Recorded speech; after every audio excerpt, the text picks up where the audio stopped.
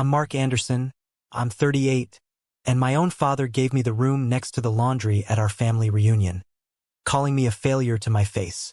But before I tell you how the entire room went silent when they found out I actually owned the resort, let me know where you're watching from in the comments below.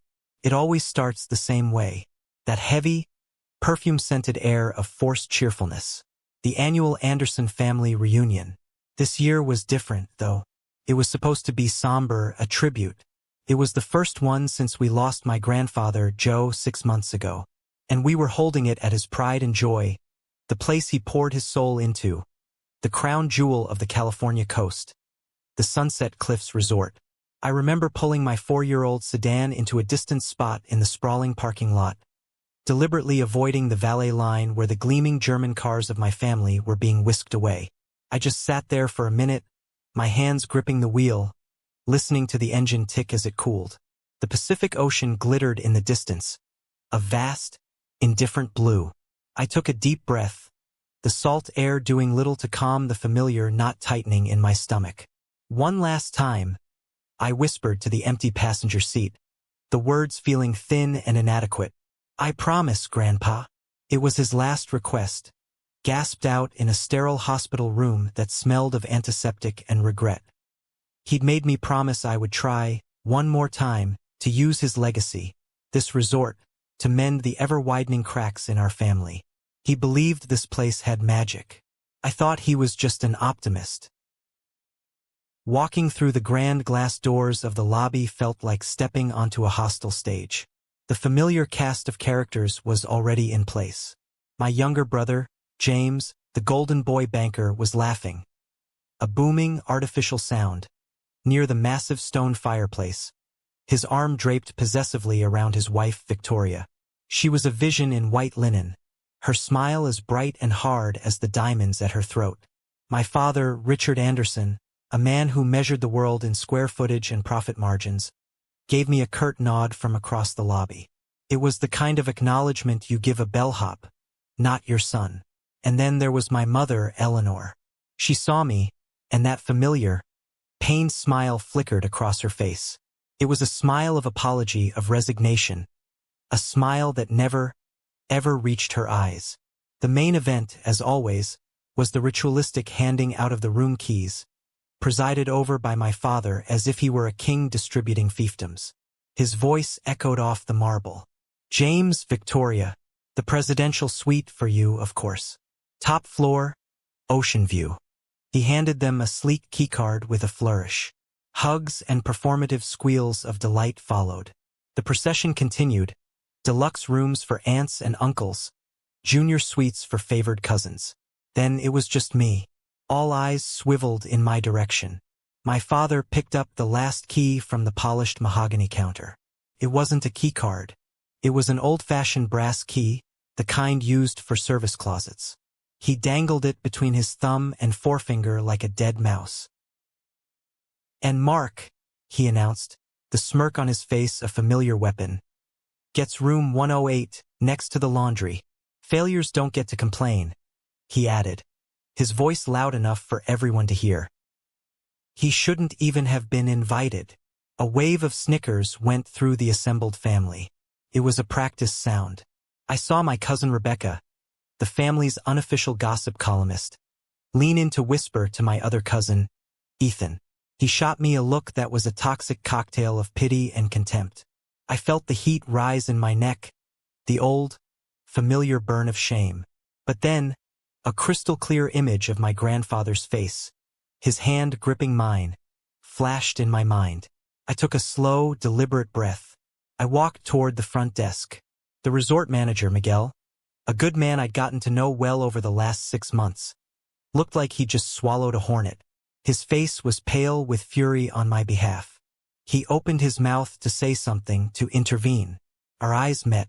I gave him the slightest shake of my head, a barely perceptible motion. He understood instantly. He snapped his jaw shut, his professionalism warring with his loyalty. I stood before my father, not looking at the key but at him. "I'll take it," I said, my voice surprisingly even. "For Grandpa." He just grunted, his part in the drama finished. already turning back to fawn over James. But I saw my mother flinch at my words. I saw the flicker of confusion in her eyes before she smoothed it over. It was the first sign that this year, the script they all knew by heart was about to change. I took the cold brass key. It felt heavy in my hand, heavy with the weight of a promise I intended to keep. The journey to room 108 was a walk of shame architected by my own father. It was in a service wing I never knew existed, far from the plush carpets and gentle lighting of the guest areas. The hallway was stark, lit by humming fluorescent tubes, and the air smelled of industrial-strength cleaner. The rhythmic thump-thump-thump of the industrial dryers was a constant, mocking percussion, the soundtrack to my failure. The room was exactly what you'd expect. Small, sterile, and sad. A single bed with a thin coverlet, a small desk, and a window that offered a stunning view of a concrete retaining wall. I dropped my duffel bag on the floor. It landed with a soft thud that seemed to emphasize the room's emptiness. I sat on the edge of the bed, and the springs groaned, as if complaining about the unexpected burden. For a moment, I let the full weight of it wash over me. This was their valuation of me. After 38 years on this earth, this small, bleak room was my designated place in the Anderson family universe. I pulled out my phone, my fingers scrolling to a number I knew by heart. It rang twice. Chef's office, Thomas speaking. Hey, Thomas. It's Mark. The professionalism in his voice vanished, replaced by genuine warmth. Mark. Hey, man. Welcome. I saw your name on the reservation list. How's it going? I let out a short, bitter laugh. I'm in room 108. I can give you a real-time update on the towel situation. There was a heavy sigh on the other end of the line. He didn't. He did it again, didn't he? I'm so sorry, man. I was hoping this year would be different. Hope springs eternal, I said, the words tasting like ash. It's fine. Listen, I was just calling to check in. How are things on your end? The new pastry chef settling in. Settling in? The woman is a magician. The lemon tarts you sourced the idea for? They're going to be a signature item.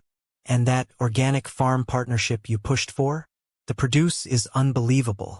You've got the golden touch, boss. The word boss still felt alien. Let's keep it Mark for the weekend. Okay? Very under the radar. You got it. But hey, Mark, he said, his voice dropping, becoming more serious. You remember what you told me after, about the promise to your grandpa. I remember, I said, my eyes tracing a crack in the plaster wall. It's the only reason I'm here, Thomas. The only reason I'm not on a plane to somewhere far, far away. I get it. Well, just know the whole kitchen crew has your back. You need anything, a distraction, a 5-course meal sent to the laundry room, you just say the word. Thanks, Thomas. That means more than you know. We hung up. The brief conversation was a lifeline. Thomas Williams was my oldest friend. We'd met in first grade, bonding over a shared love of comic books and a shared dislike of playground bullies.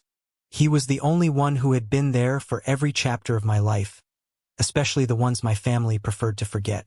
I leaned my head back against the wall, the memories flooding in. I was 16 again, standing in the living room of our sprawling suburban house. I had just finished a portfolio for a summer art program, dozens of charcoal sketches and detailed drawings. I was proud of it. I made the mistake of showing my father. He'd flipped through it with a dismissive air, his brow furrowed. What is this? He'd asked, not out of curiosity, but as an accusation. It's my portfolio, Dad. For the program. He'd closed it and tossed it onto the coffee table. Mark, look at your brother. James is spending his summer interning at a brokerage firm. He's learning about the real world, how money works. This, he said, waving a hand at my drawings. This is a hobby. It's a waste of time for a young man who should be learning how to be a provider. There's no future in it. Later that night, I found the portfolio in the trash, underneath some coffee grounds and eggshells. I never told him I saw it. I just quietly retrieved it, cleaned it off, and hid it in my closet. My grandfather was the antidote to my father's poison. A few weeks after the portfolio incident, I was at his house. He found me sketching in a notebook in his study. He didn't say anything at first, just stood behind me, watching. I was so used to criticism that I tensed up, ready for the inevitable lecture. Instead, he put a heavy, warm hand on my shoulder. "Your father sees the world in black and white, Marky," he said, his voice a low rumble. "In profit and loss. He doesn't know how to see the value in this." He tapped the notebook. "He sees lines on paper. I see worlds being created. Don't ever let him convince you that this isn't real work. Sometimes, it's the most real work there is." He was the one who paid the tuition for my first design class at the local college. He was the one who celebrated when I got a scholarship to the Rhode Island School of Design, while my mother wrung her hands and asked, "But what kind of a job will you get?" And Thomas was one of a handful of people who knew the answer to that question. He knew that for the past 5 years, while my family imagined me living hand-to-mouth as a struggling artist, I had secretly built a design and branding agency, Innovate Design, into a quiet powerhouse. We were the architects behind the look and feel of some of the country's biggest brands. He knew that I wasn't struggling. He knew I was worth over $50 million. And he, along with my lawyer and the resorts manager, was one of the only people who knew the biggest secret of all.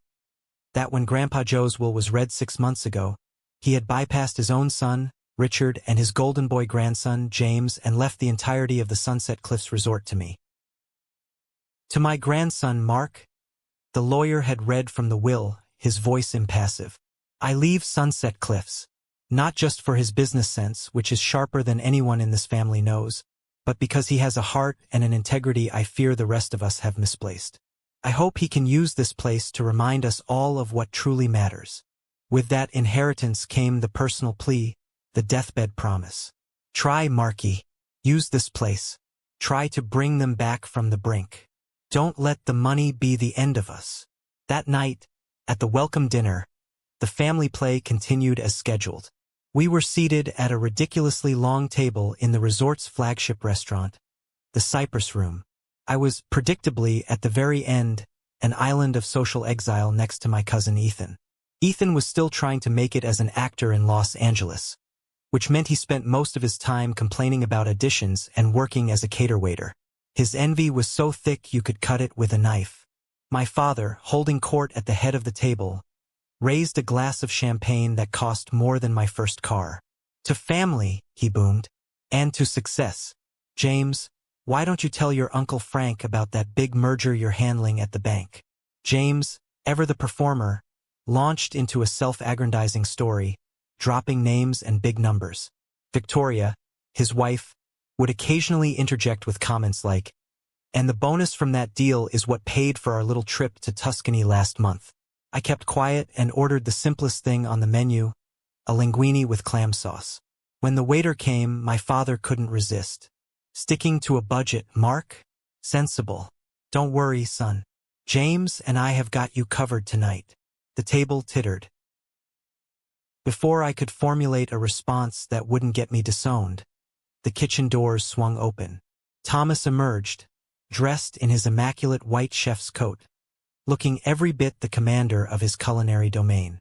He walked with purpose, bypassing my father, bypassing James, and came straight to my end of the table. The entire table fell silent. Conversations halted mid-sentence. Forks froze halfway to mouths. "Mr. Anderson," Thomas said, his voice pitched with a formal respect that was utterly alien to my family's treatment of me. "I just wanted to come out personally to ensure your meal is to your satisfaction. Is there anything at all I can get for you?"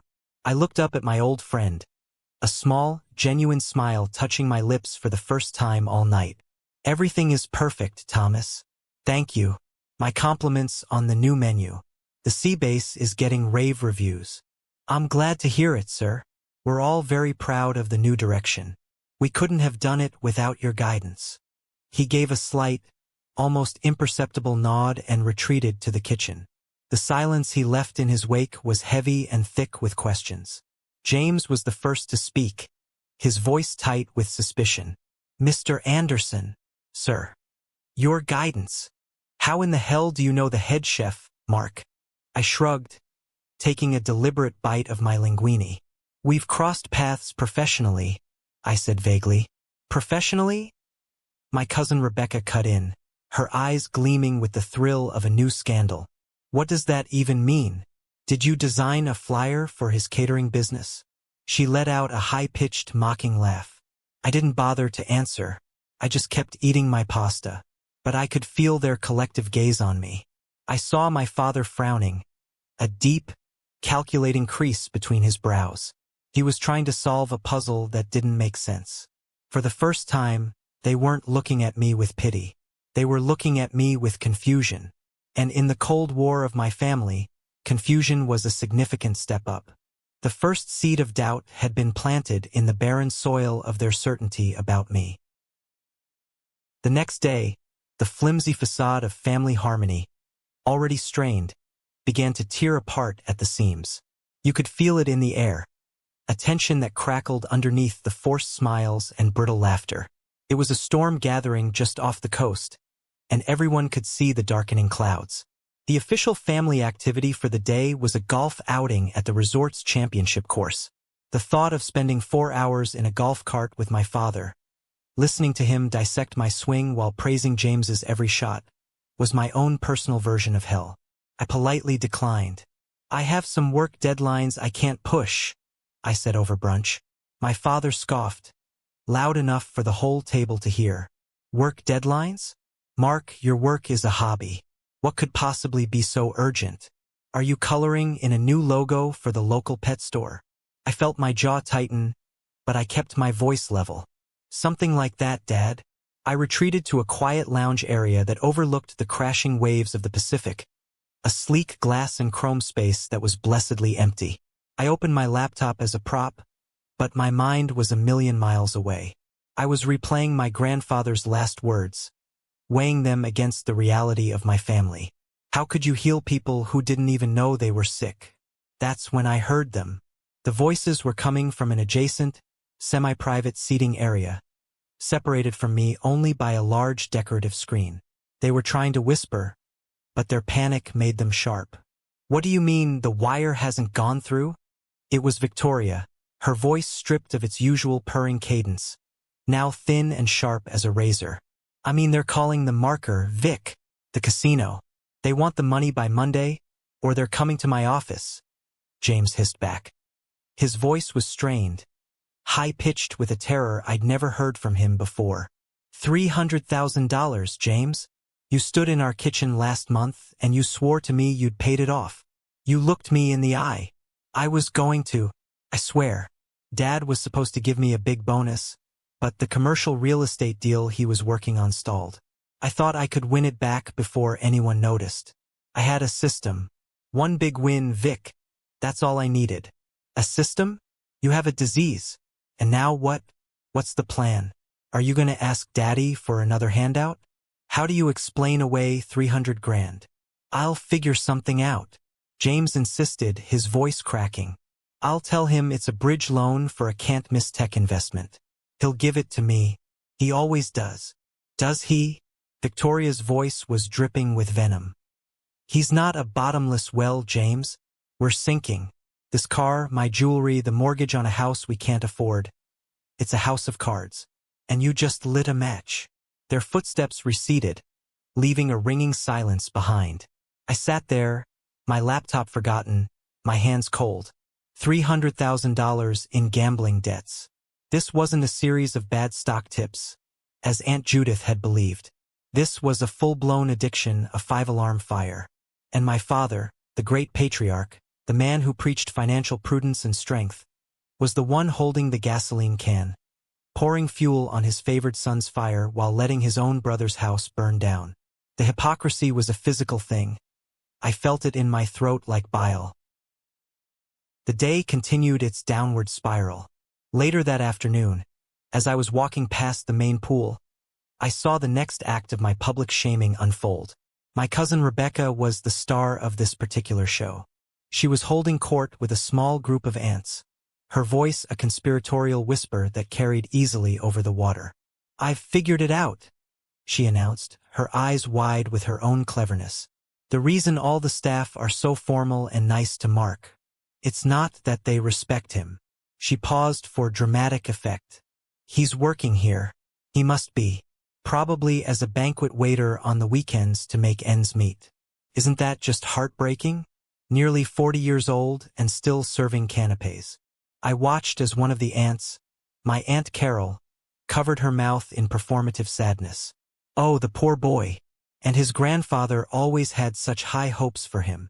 They glanced over at me, their faces a perfect blend of pity and morbid satisfaction. They weren't just seeing a failure. They were enjoying it. It made their own, more conventional lives seem like shining successes in comparison. I didn't stop. I didn't correct them. I just kept walking, their whispers following me like a swarm of angry bees. The final blow of the day came from an unexpected source, and it was the one that cut the deepest. I was on my way back to my little hermit cell in the service wing when my cousin Ethan intercepted me. He physically blocked my path, standing there with his arms crossed, his jaw set. His usual mask of bored cynicism had been replaced by a raw, ugly anger. "Can I help you, Ethan?" I asked. "You know what your problem is, Mark?" He spat, his voice trembling with a rage that seemed too big for his body. I waited, silent. "Your problem is you're a ghost. You're a placeholder. You just float through life with this pathetic, quiet dignity, like you're better than everyone else. But you're not. You're nothing." He took a step closer, his face inches from mine. "Do you have any idea what I would have done with the chances you had? The encouragement from Grandpa Joe? He always had a blind spot for you. He would have paid for a real acting conservatory for me, not just some weekend workshop. He would have backed a film. But you, what did you do with his belief in you? You pissed it away on some little drawing hobby. You waste it. You waste everything." His words were a torrent of his own failure and jealousy, redirected at me, the family's designated scapegoat.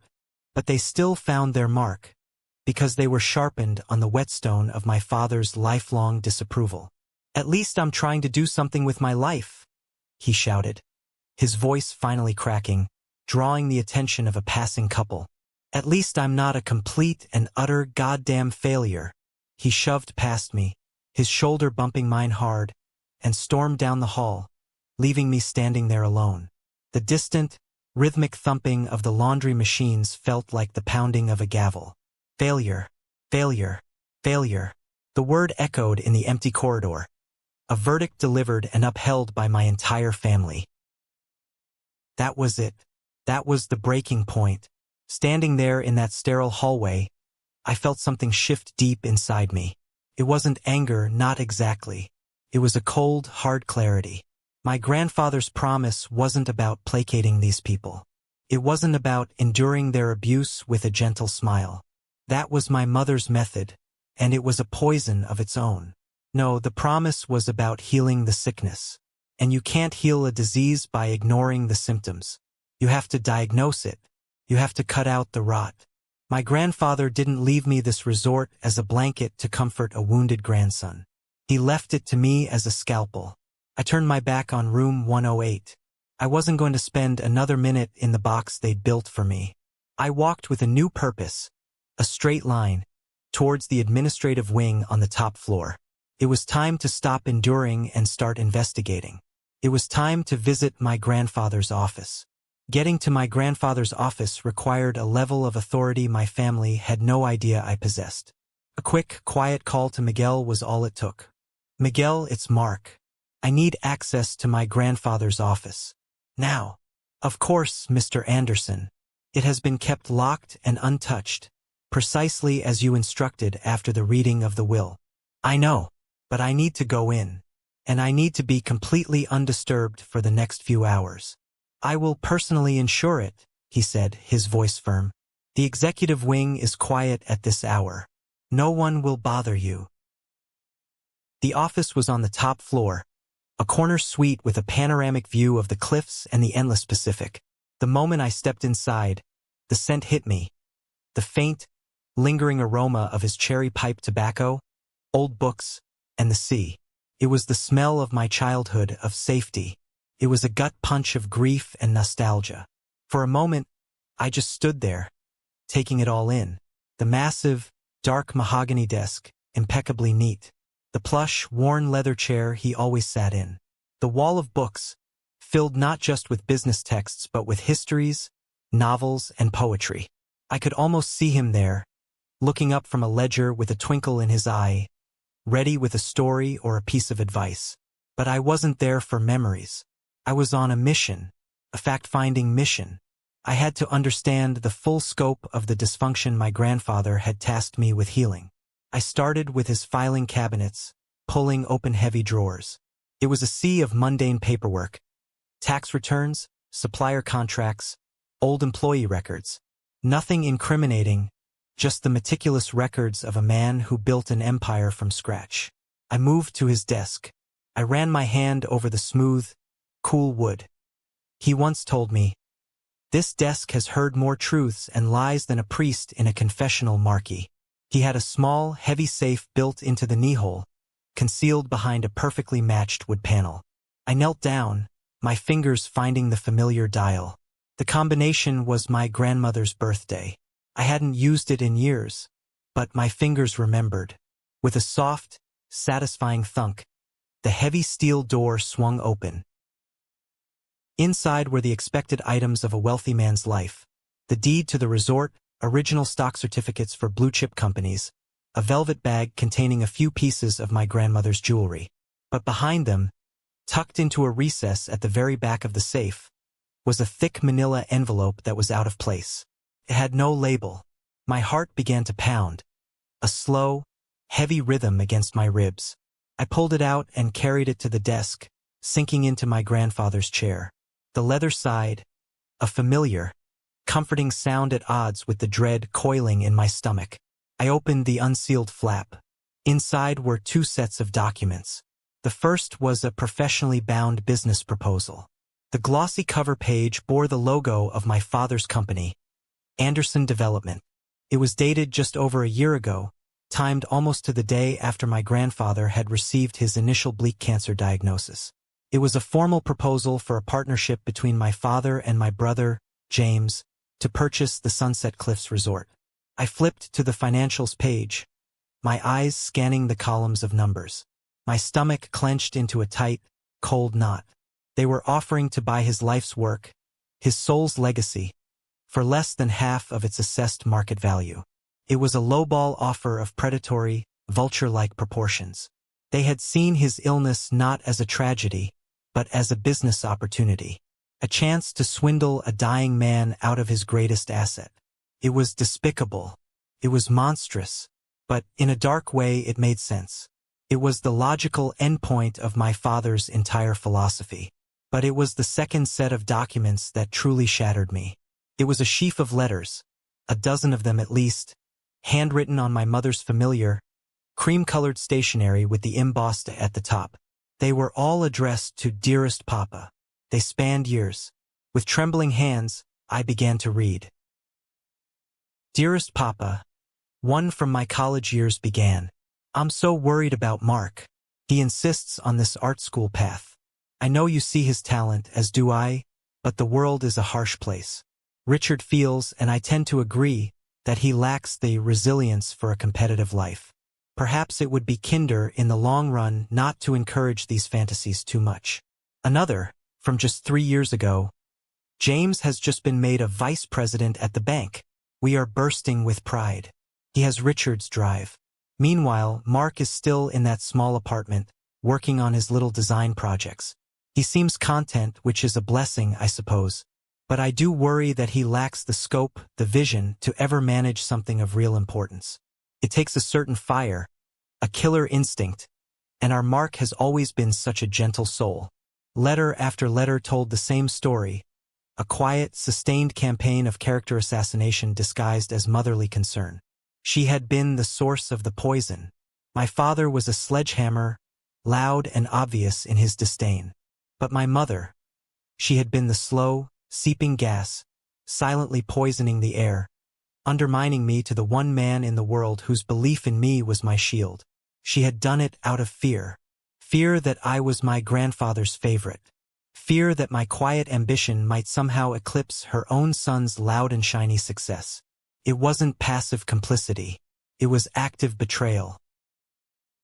I leaned back in the old chair, the letters spread before me like an indictment. The anger I thought I would feel was absent, replaced by a vast, hollow emptiness. This was my family. Predator, a leech, and a saboteur. And my grandfather had known. He had seen it all. He had received the insulting offer from his son and grandson. He had read the poisonous letters from his daughter. And he had made his choice. In the face of all that, he chose me. He hadn't just left me a resort. He had left me a verdict. He had armed me with the truth. My sadness slowly began to crystallize into a cold, hard resolve. There would be no screaming matches. No tearful confrontations in the hallway. That was their way. I would do this my way. Grandpa Joe's way. With quiet strength, with irrefutable facts, and with the devastating weight of the truth. I picked up the phone. Miguel, I need you to arrange a private meeting. Tomorrow night. In the library. Yes, Mr. Anderson. And Miguel, I need you to call Mr. Gable, my grandfather's lawyer. Tell him his presence is required. It's regarding the final settlement of the Anderson estate. There was a pause. I will have it arranged immediately, sir. He knew. He didn't know the details, but he knew the game was about to change. My second call was to Thomas. Thomas, change of plans for the family's farewell dinner. It's in the library tomorrow. I need it to be perfect. The best of everything. I want them comfortable. I want them relaxed. Setting the stage, Mark? He asked, his voice low. I'm bringing down the curtain, I replied. The library at Sunset Cliffs was more than a room. It was a testament to my grandfather's character. The scent of aged paper and leather, the soft light from the green-shaded lamps, the sheer weight of the knowledge held on its floor-to-ceiling shelves. It was a space that demanded a certain gravity. When my family filed in the following evening, they seemed diminished by it. Their loud chatter from the hallway died as they crossed the threshold. Their gaudy resort were looking cheap and out of place against the rich mahogany. My father, naturally, tried to reclaim his dominance through bluster. Well, this is all very grand, Mark, he said, gesturing around with a sweeping arm. A bit somber for our last night, don't you think? What's the occasion? I felt it was time we had a serious discussion about the family's future, I said, my voice calm and even. I motioned toward the large, polished oak table in the center of the room, exquisitely set for dinner. Please sit. At the head of the table, in a wingback chair set slightly apart, sat Mr. Gable. He was a man in his late 70s, with a spine as straight as a legal ruling and eyes that missed nothing. He had been my grandfather's lawyer and confidant for nearly 50 years. His silent, stoic presence filled the room with an unspoken tension. He simply nodded at each family member as they took their seats. The dinner was a masterpiece of misdirection. Thomas and his staff moved with ghost-like efficiency, serving seared scallops, filet mignon, and decadent chocolate lava cakes. The wine, a vintage my father had commented on with admiration, flowed freely. I wanted them comfortable. I wanted their defenses down. I ate little watching them. My father and James quickly fell into their usual routine, talking loudly about stock markets and real estate deals. Victoria, having recovered from her earlier panic, was now busy taking artfully arranged photos of her food for her social media. Another perfect night at #Sunset Cliffs, she murmured, tapping at her phone. My mother was the only one who seemed truly on edge, picking at her food, her eyes darting from me to Mr. Gable and back again. She knew this was no ordinary dinner. When the last of the dessert plates were cleared and coffee was served, I stood up. The scraping of my chair on the hardwood floor was the only sound. A sudden, expectant hush fell over the room. Thank you all for coming, I began, my hands resting on the back of my chair. I know this weekend has had its moments, but I asked you here tonight because it's time to have a frank conversation about Grandpa Joe's legacy. My father leaned back in his chair, a smug, satisfied expression settling on his face. He puffed on a cigar he had lit, looking every bit the lord of the manor. He thought this was my white flag. He thought this was the moment his failure son finally acknowledged his place. "It's about damn time," Richard boomed, his voice echoing slightly in the large room. "A family's legacy, a real legacy, rests on strong shoulders, on success. James," he said, beaming at my brother, "has proven himself to be a true Anderson, a leader. He is the future of this family's name in the world of finance and power." He then turned his gaze to me, and it was filled with that old, familiar concoction of pity and dismissal. "And you, Mark? Well, we all love you, son, but your talents lie elsewhere, on a quieter, more artistic path. Which is why, to make things simpler for everyone, I've had Mr. Gable draw up a simple document." With a theatrical flourish, he slid a thick sheaf of papers, bound in a neat legal cover, across the polished table toward me. It stopped right in front of my coffee cup. "It's just a formality," he continued, his tone condescendingly gentle. "It simply has you relinquish any future claims you might have on the larger family estate.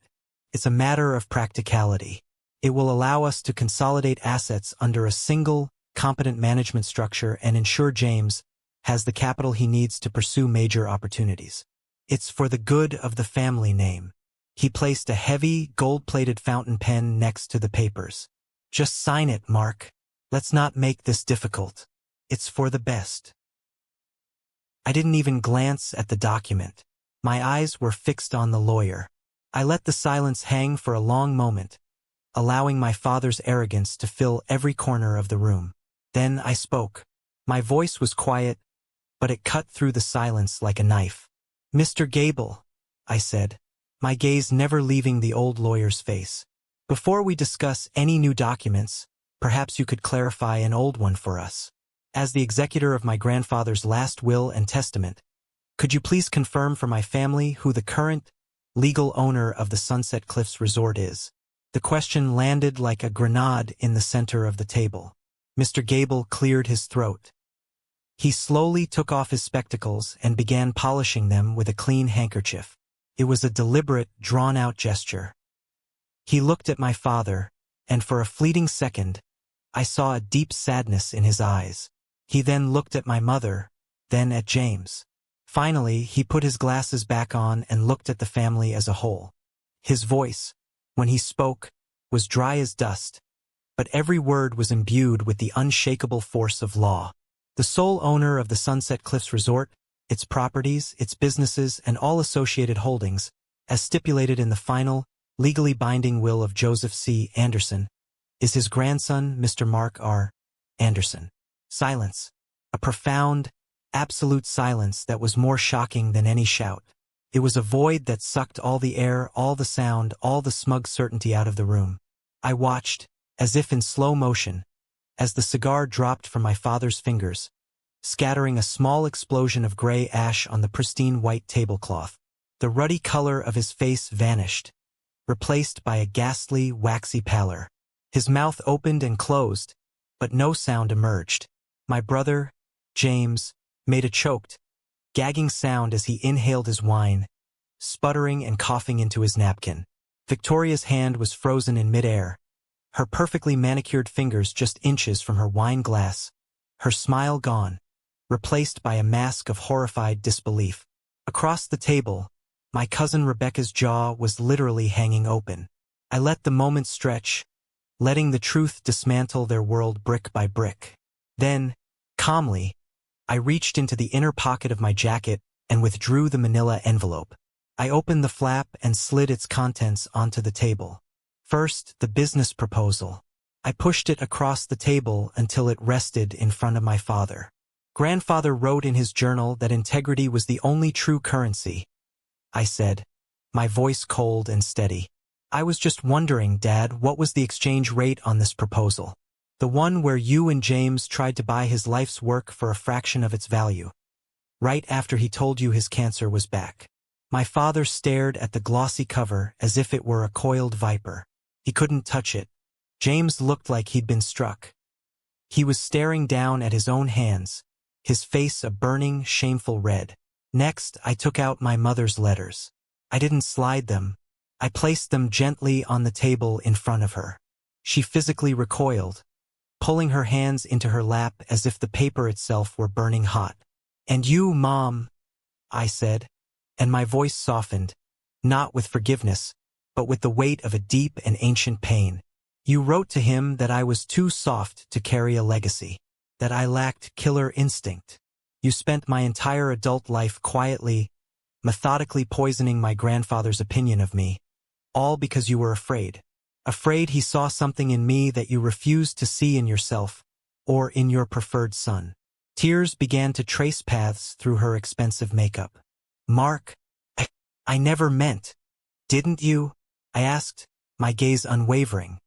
"Grandpa saw it all. He kept your letters. He kept their proposal. And he left me one final letter, which he put with them." I pulled out the last piece of paper. He wrote, "Marky, they will underestimate you. They will see your kindness as weakness. Let them. The strongest trees are the ones that know how to bend. Your value isn't in what they see. It's in what you build. And you, my boy, have built something remarkable. I know all about Innovate Design. I've been your silent, proudest admirer all along." The name of my company. The final secret. I let it fall into the wreckage. The stunned silence in the room deepened into something akin to awe. I was not the failure from room 108. I was the owner of the ground beneath their feet. And I was more successful on my own terms than they could ever have imagined. The play was over. The curtain had fallen. And the stage was now mine. The immediate aftermath was not loud or explosive. It was a quiet, suffocating implosion. The truth, now that it was out, didn't create a firestorm of arguments. It created a black hole that consumed all the energy in the room. My father was the first to be consumed by it. The blankness in his eyes was terrifying. He wasn't looking at me, or at the damning proposal in front of him. He was looking at a point in the middle distance, as if watching the entire edifice of his life, his authority, his carefully constructed hierarchy, his identity as the family patriarch, crumble into dust before his eyes. He had lost the game he himself had invented, and he had no idea how to exist outside of its rules. Without a single word, without looking at anyone, he pushed his heavy chair back. The sound of its legs scraping against the polished hardwood was unnaturally loud. He stood up, his movements stiff and robotic, and walked out of the library. He didn't slam the door. He just left, a powerful man reduced to a ghost in his own story. With my father gone, the focus shifted to my mother. She was weeping without restraint now, her body trembling with deep, ragged sobs. Aunt Judith, ever the quiet caregiver, had moved to her side, rubbing her back.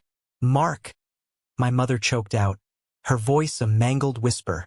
"Please, I am so sorry. I love you. I swear I have always loved you. I was just so scared. Your father, he was always so hard on you.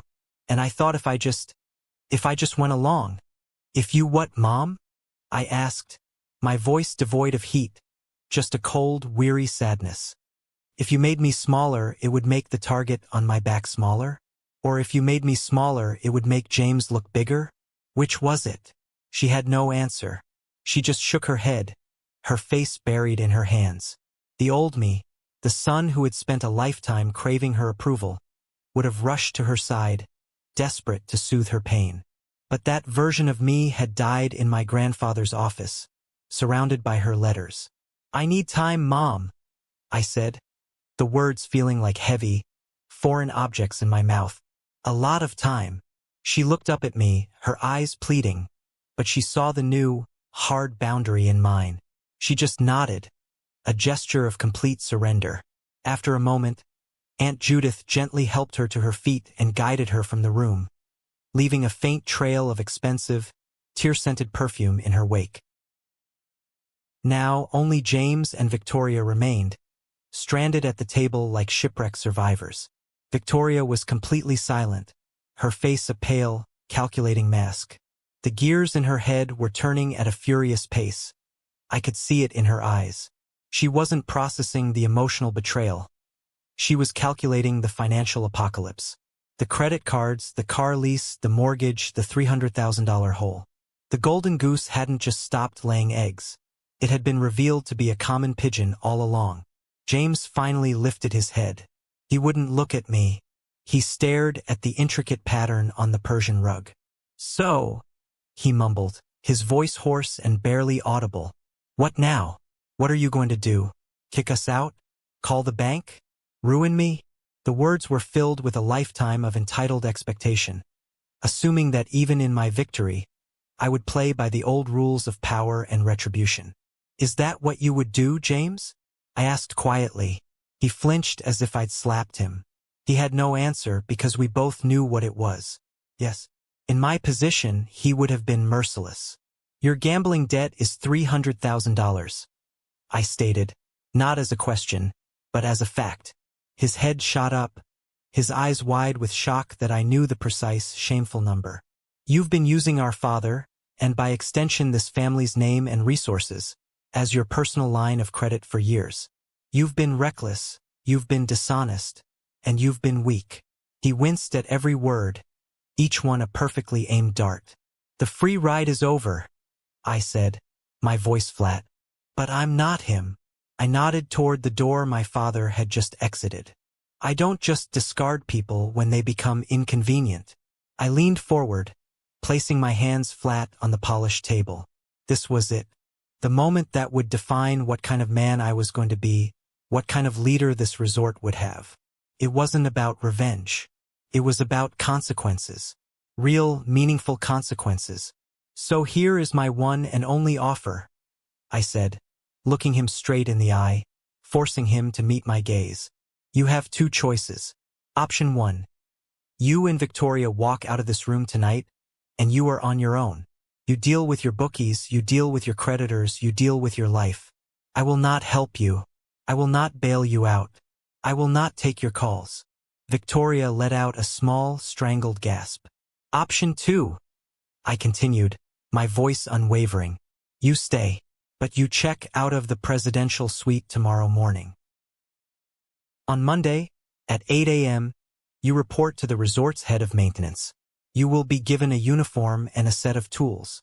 You'll start by cleaning the grease traps in the kitchen and fixing leaky faucets. You'll work for minimum wage. You will also enroll in a certified program for gambling addiction, and I will get a report from your therapist every single week.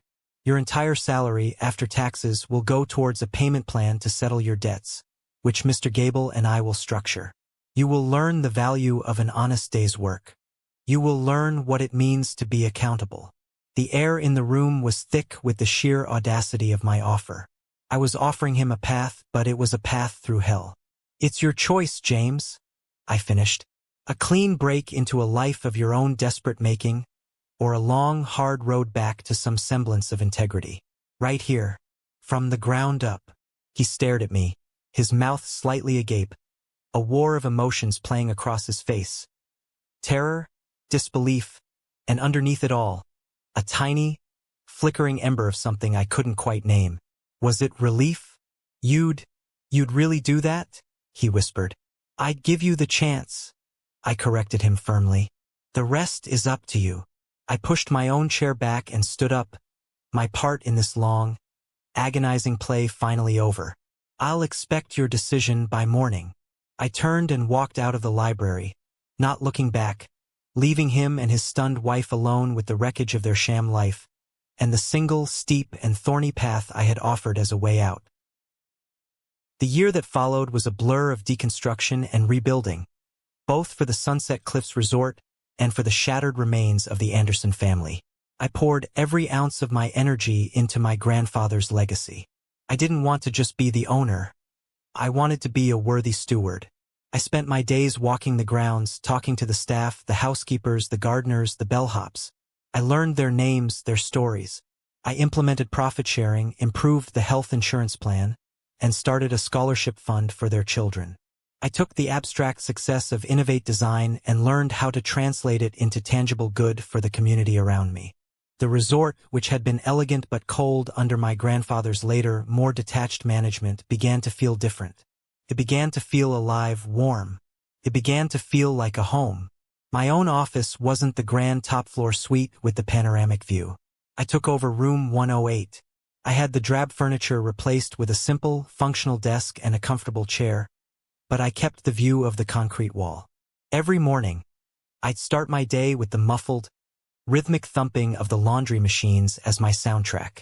It was a constant, humbling reminder of where they had tried to put me, and a testament to the fact that your worth is determined by your actions, not by the room others assign to you. My family, scattered by the explosion of truth, navigated the fallout in their own ways. My father, Richard, became a recluse.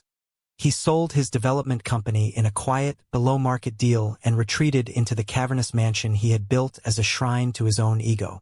I drove by it once, a few months after the reunion. The immaculate landscaping was just beginning to look overgrown. The place looked sad. I visited him once on his birthday, bearing a bottle of the expensive scotch he liked. He met me at the door. He looked smaller. The booming voice had shrunk to a quiet rasp.